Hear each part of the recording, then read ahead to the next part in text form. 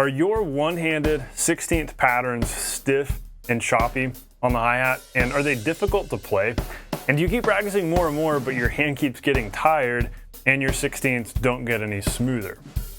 Well, if this is you, today's lesson is most definitely for you. I've been there too, and I remember listening to my favorite drummers and just wondering, why do their hi-hat 16th grooves sound so much smoother than mine? What are they doing differently? And the truth is, these Moeller one-handed 16th patterns don't come naturally to most folks, myself included. Yet this is an essential drumming skill that we have to master in order to play so many of the songs that we want to play. So how do we fix this? Well, today I'm sharing with you my story of the two little changes that made a huge difference in my hi-hat 16th grooves almost instantly. And I'm breaking down for you the 4 steps to a smoother, more effortless Moeller 16th pattern. This will be a lot of fun. You can do this.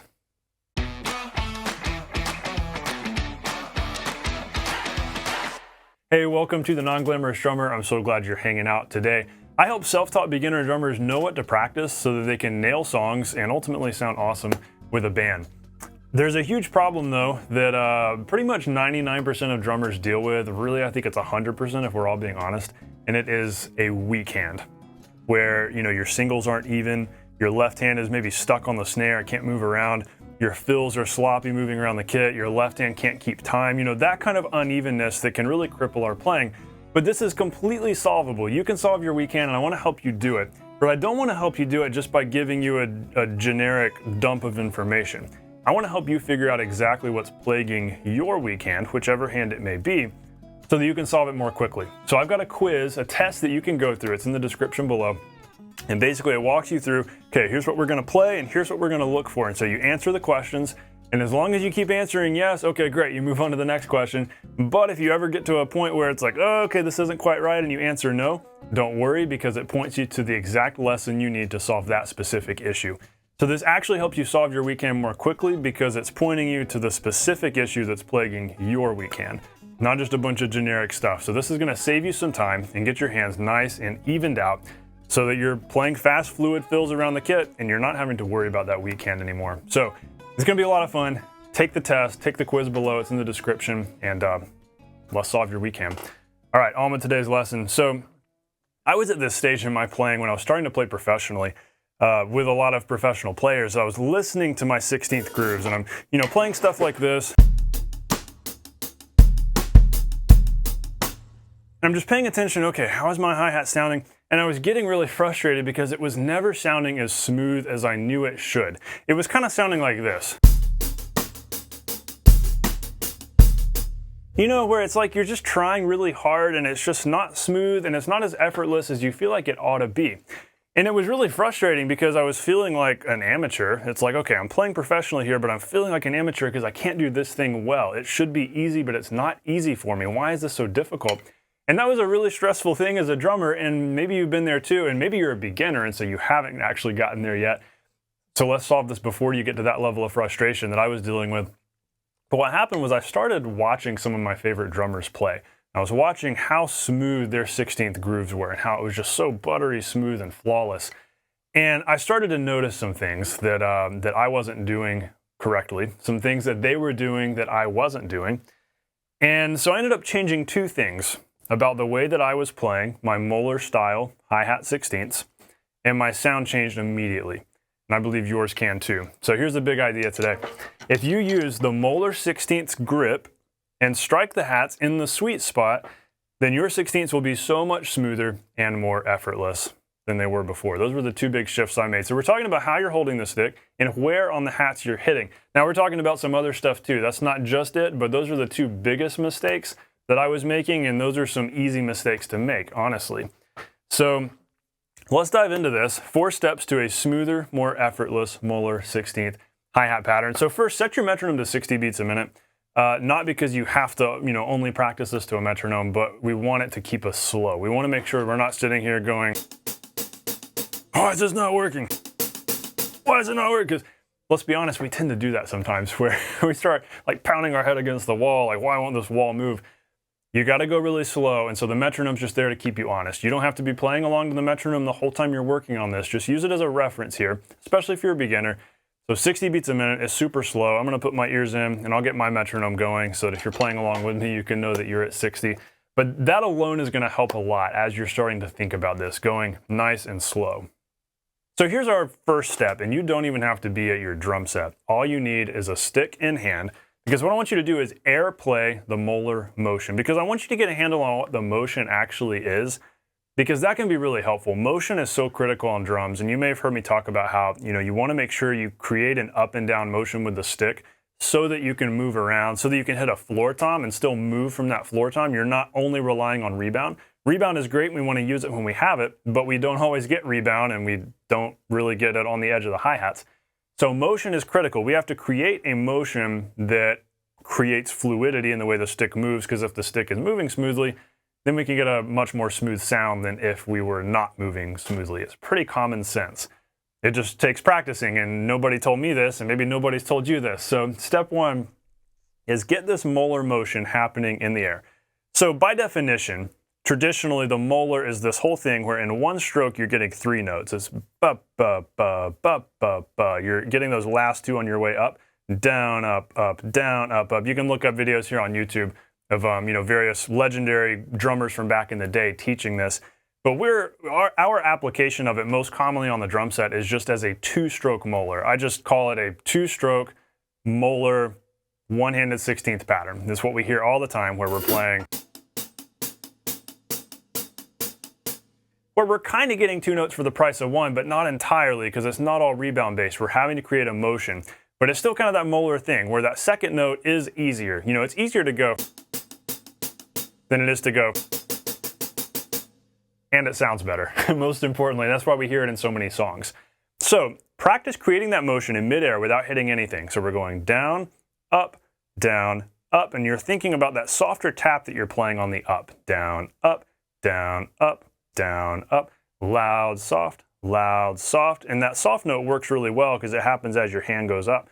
So it's pretty easy to play it softly. That's why we want to have that up and down motion, down, up, down, up. It's sort of like a piston. It's like a piston motion. It doesn't need to be a forward and back. It's much more of an up and down, up, down, and all the while the stick is kind of hinging, like right here. There's sort of like a hinge motion going on. And we'll talk a little bit more about grip in just a moment. So down, up, get that feeling good, and try going a little bit quicker. So back to our metronome. If you turn your metronome on to 60 beats a minute, so 60 is right here, 1, 2, 3, 4, and we ultimately want to do 16ths here so we can start building grooves.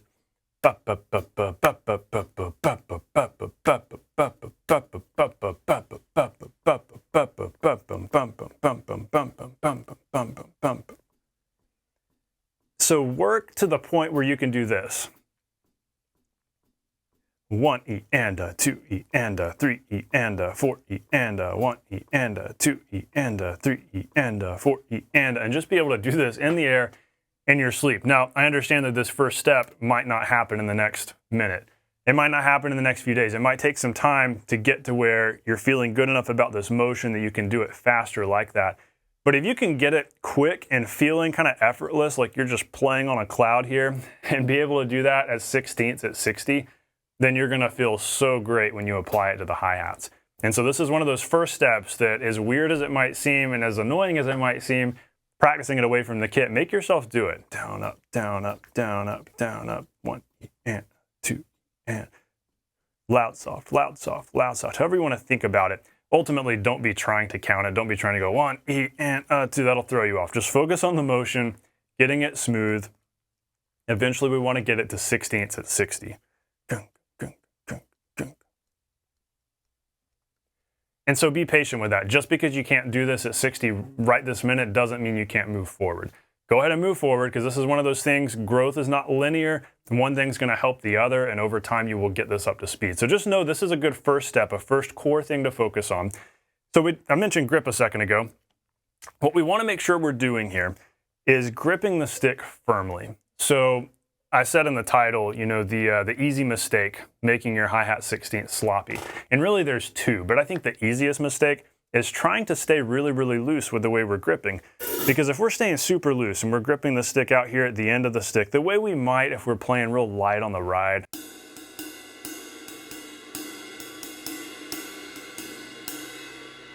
that kind of super loose motion, that tends to not work well on the hi-hats. If we're trying to stay really loose like that, we actually end up, ironically, getting stiff when we go fast because we're trying to control the stick and keep it from getting out of control. But if we allow ourselves to grip more firmly to begin with, that means using a middle finger fulcrum that's closer to the palm right here. But here's a really important thing, having these last two fingers gently wrapped around the stick. Do that, make sure they aren't sticking out. There's a common beginner tendency for fingers to stick out, and that's not always a horrible thing. Sometimes you don't need all the fingers right there. But when you're doing this, it's a lot easier to actually control the stick's motion, have a good grip on the stick, and not feel like it's slipping and sliding if you've got these two fingers just making contact. Nothing crazy, but this is how we want to be practicing this in the air motion. We're focusing on getting this up and down happening. And no, we're not gripping tightly. Do not grip tightly. This is where it's such a fine balance, and so I always feel like I have to be careful how I teach this because I don't want you to go, grip tightly like this. It's still a loose grip that allows the stick to move. It's just a firmer grip where we're exerting more control over the stick. And so that means we've got more pressure at the fulcrum, where we've got our fulcrum here, and it's almost like that double fulcrum, we could call it, where we're also curving the index finger around for extra security. But then we've got these last two fingers that are making contact with the stick the whole time. They're opening up a little bit for that accent on the hi-hats, that loud. And then when we play the softer note, they're closing in some so that they look like this.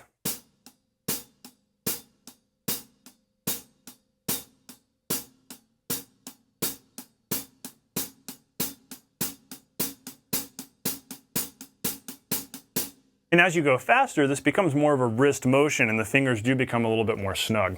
So pay attention to that because that's such an easy mistake to make where fingers are sticking out or we're gripping too loosely. We have to have a nice, snug, secure grip, and that's going to help you out a lot with feeling controlled here. By the way, so I was doing this with my left hand so you could see my grip better from this camera. If you want to go the extra mile, practice doing this with your left hand. Practice doing Moeller right-handed, also practice doing it left-handed. That's going to help you solve your weak hand by better connecting to it, and it gives you the freedom to play open-handed, which can be really helpful if you're playing grooves around the kit and you want to do like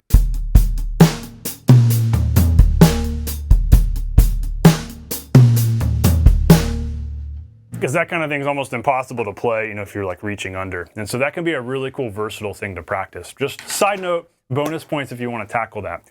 So firm grip. Make sure those last two fingers are making gentle contact with the stick, and that's going to help you feel so much more secure, even as you're just sitting here doing this motion in the air. We want to work it up to 60, but you don't have to do all this at once. Remember, it's okay to move on to the next step. You can come back to this and continue reworking through all of these steps.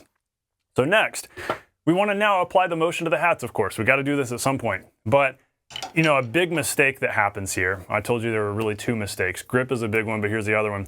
It's where the stick is landing. And this was the mistake I was making, and I fixed it and got instant massive results in my playing. I was trying to dig in because I felt like if I really dig in and use the shaft of the stick on the edge, I'll get a more powerful hi-hat sound. And for some reason, that was just the way I thought you did it. But then I started watching these other drummers and I noticed, they're actually hitting more like right here. Not even the shoulder, like definitely not the shaft, but not even the shoulder right here where the taper begins. It's almost like up here on the neck of the stick. And the angle is not super steep, it's like a slight angle, but the tip isn't quite hitting. It's the neck of the stick hitting the edge. If you've never tried this, give this a try because you get so much more rebound. You get rebound off the edge of the hats when you strike that way, this angle with this part of the stick, versus up here, virtually no rebound, but right here, just a little bit, and that just a little bit can go a long way when you're trying to go.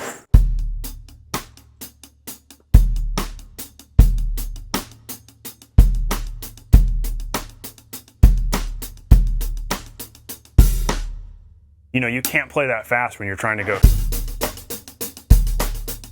You'll look constipated and you'll put so much more effort into it than you need to.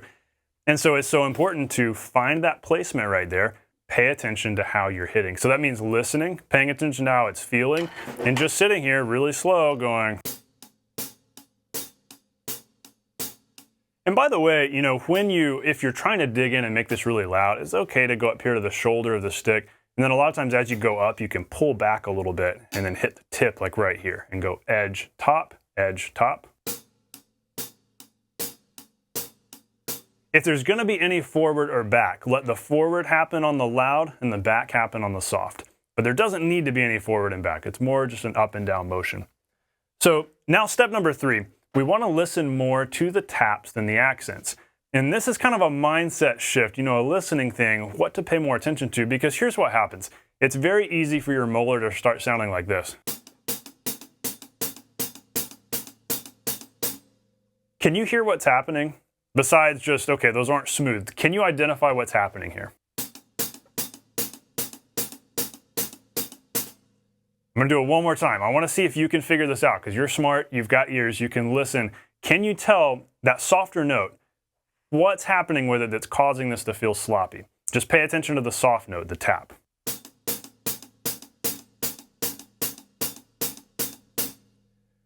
That tap is being rushed, so the tap is happening way too soon. We're going ja-ja, ja-ja, ja-ja, ja-ja. Now, if we wanted to shuffle the pattern and go jun, ja-jun, ja-jun, ja-jun, we would lay back the tap even further, so it would become. We're not specifically talking about that today, but that's what would happen if we wanted to shuffle it. We would make the tap happen later for that triplet field. But we want that tap to happen right in the middle, halfway between the accents. Loud, soft, jun, jun, jun. So we have to really pay attention to where that tap is landing. And in a way, we could call this another mistake. This was a mistake I was making years into playing. I wasn't really paying attention to where that tap was, and so I'd be playing along and it wasn't feeling right, and I didn't know why. Until I recorded myself and went and looked back at the grid and saw, oh, every tap is slightly early. You really have to be careful about that. And if you have the luxury of having some mics and you can record yourself, even if you don't have all the mics, record yourself on your phone, from your iPad, whatever, and go back and listen to that and look at the waveform too, especially if you just sit here and only play hi-hat. And look at that and see, okay, are the waves all even? Do I see that, oh, every small wave, every tap rushes? Okay, let me work on that and fix that. The recordings don't lie, and so that can be really helpful. Pay careful attention to that, listening more to those taps than the accents. And what helped me a lot with this, because I know I'm leaving out the, okay, how do we do this? What I started to realize was if I stayed really loose as I was playing loudly, if I stayed really loose in my hand, that started to happen, where it was almost like this stutter, because that bounce was happening too soon, because it was happening as a natural rebound. If we get natural rebound, we can play quick taps like that right after the accent without any effort, but they're happening way too soon unless we're going very slow. What I've found, so nerdy detail here, if you allow the stick to rebound, it might be about that rate, jump, which happens to be 16ths at about 62 beats a minute. And that's why I say 60 is a great starting point, because when you're down here around 60 or 62 beats a minute, that tap naturally wants to fall into place.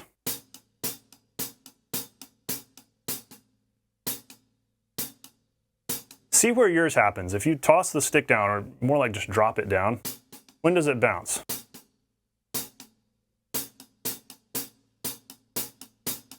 And so that's the tempo that you'll find, whether that's exactly 62 right now or not. Right around there, every hi-hat's different. You'll find that you can do this very relaxedly without having to control what the stick's doing. But as you get faster, it's going to get sloppy if you don't make a shift. And that's where the fingers being here really helps. When you have your fingers right here, you're able to delay that tap so it doesn't happen too soon. And then you can go. Whenever I'm thinking about that, whenever I'm thinking about where the tap happens, I'm paying attention to these two fingers catching the stick. So that it is kind of that motion of, okay, we're open when we play the accent, and then we're firming up a little bit more to play the tap.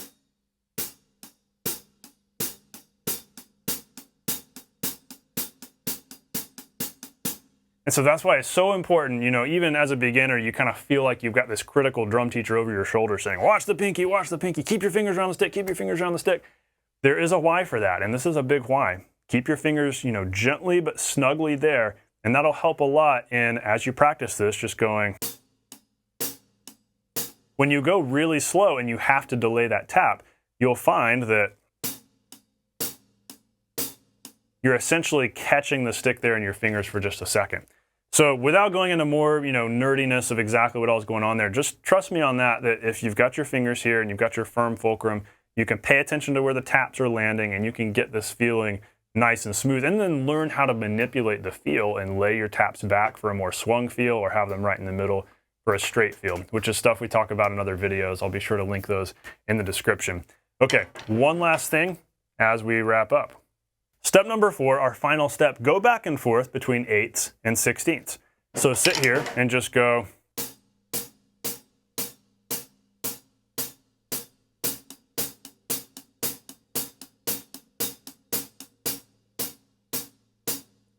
Just like that, a measure of 8ths and then a measure of 16ths.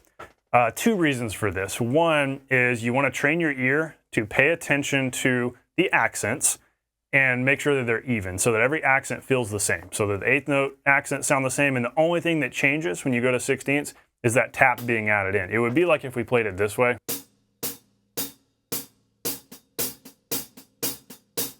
Where, that right hand is staying the same, we're just adding in taps. But we want to do it with this hand, so this hand's free down here. So that's what we want to practice.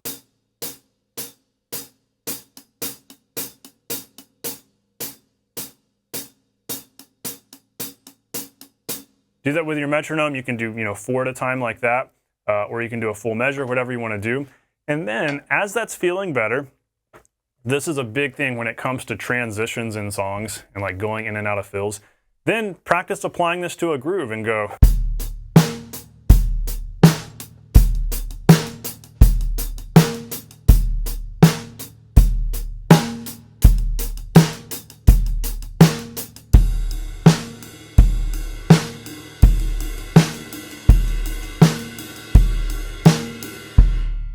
And so on, move around to different surfaces, all the while you're listening to that timekeeping and make sure that it's staying in time with the metronome, whatever tempo you choose. Start off at 60 beats a minute, go down to the floor tom too.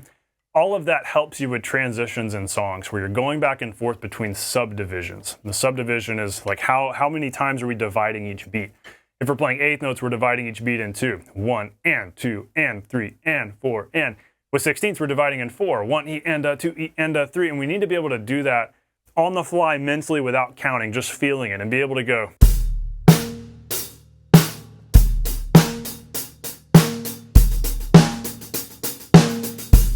Like that, and be able to change the subdivision that we're doing, whether it's just quarters or it's 8ths or 16ths. And so by practicing doing that, you can get really comfortable going in and out of sections of songs, and you can even apply that to fills. So total bonus side note here, practice going alternating 16ths also and sitting here and playing.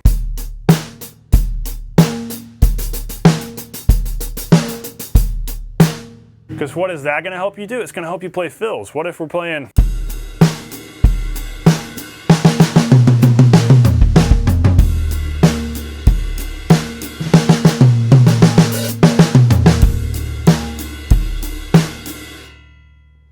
All we're doing is going back and forth between one-handed 8th notes and alternating 16ths. Practice that at a super core fundamental level, even if it's just on your pad, and that's going to help you so much with transitions in songs. And of course, practice all the Moeller stuff too. And if you want to be, if you just want to be awesome, practice the Moeller with left hand too, so that you can get into open-handed playing. That will really fix your weak hand ultimately when you're using it more. That's kind of the fundamental, how do we fix our weak hand? We'll use it more. It's just the underused hand. And so take the weak hand test below, figure out what your specific weakness is, and then start playing open-handed. Challenge yourself to do things that are uncomfortable, and that's how you can really grow quickly on the drums. So some big things that are going to happen. I always want to kind of give you some vision for here's how you're going to grow if you take this to heart and you practice this stuff. Your one-handed 16ths will get way more easy and effortless and comfortable to play, and so you're going to feel so much more confident because you're not going to be fearing those 16th songs that are like, oh, how am I going to play this song? You'll be able to do it. They'll be naturally sounding better too with less effort on your part, because that's what we want. I want you to be able to sit here and go.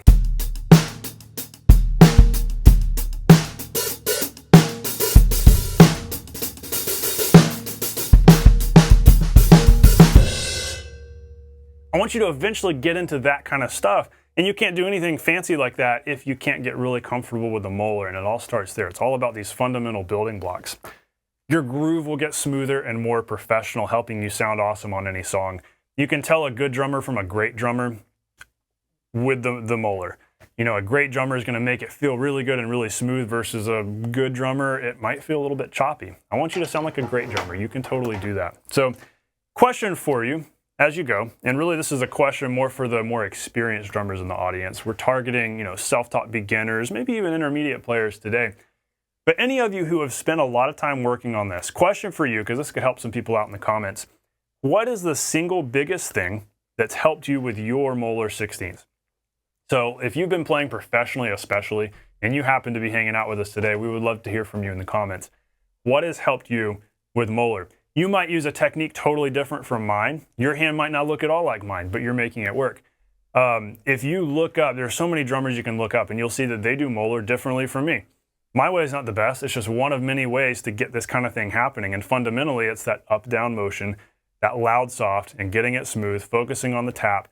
And so it's all about just getting a good sound and a good feel. And my way is not the only way. You don't have to do exactly like mine. And that's why I want to hear from you. What have you practiced? What's helped you the most with this? All right. As always, thanks so much for hanging out today. This has been a lot of fun.